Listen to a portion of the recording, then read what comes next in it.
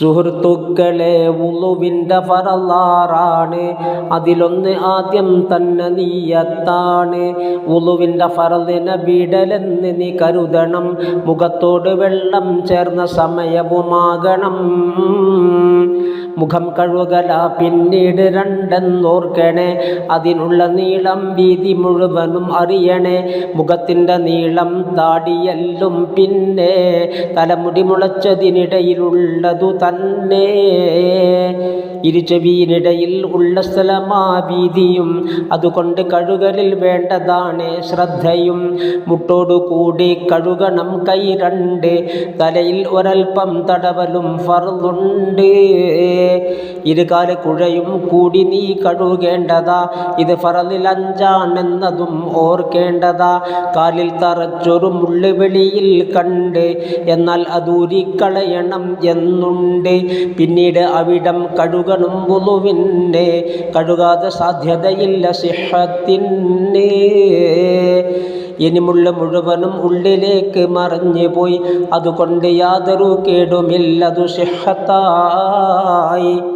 വുളുവിൻ്റെ ഫറളിൽ 6 തർത്തീബാണ്. അത് മുൻപറഞ്ഞ ക്രമം നടത്തലുമാണ്.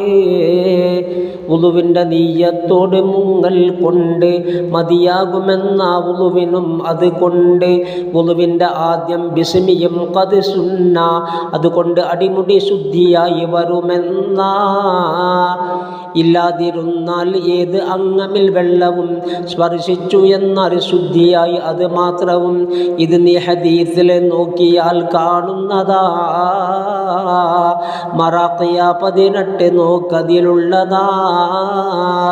ബിസ്മിക്ക് മുമ്പ് തഅവ്വുദും വേണ്ടുന്നതാ. അത് സുന്നത്തെന്നും ഖുർദിയിൽ പറയുന്നതാ. സുന്നത്ത് നഫിൽ തതവ്വുഫും പദമൊന്ന. മന്ദൂബ് ഹസൻ മുറഗ്ഗബും ഇണതന്ന.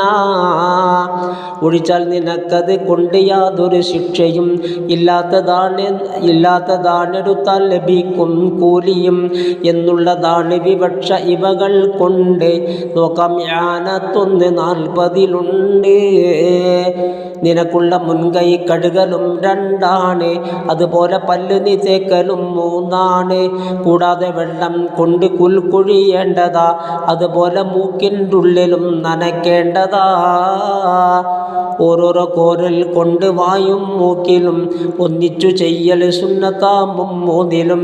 തല മുഴുവനും തടവേണ്ടതും ഖദ് സുന്ന. ചെവിക്കുള്ള വിധിയും 2 ഇതു തന്നെ.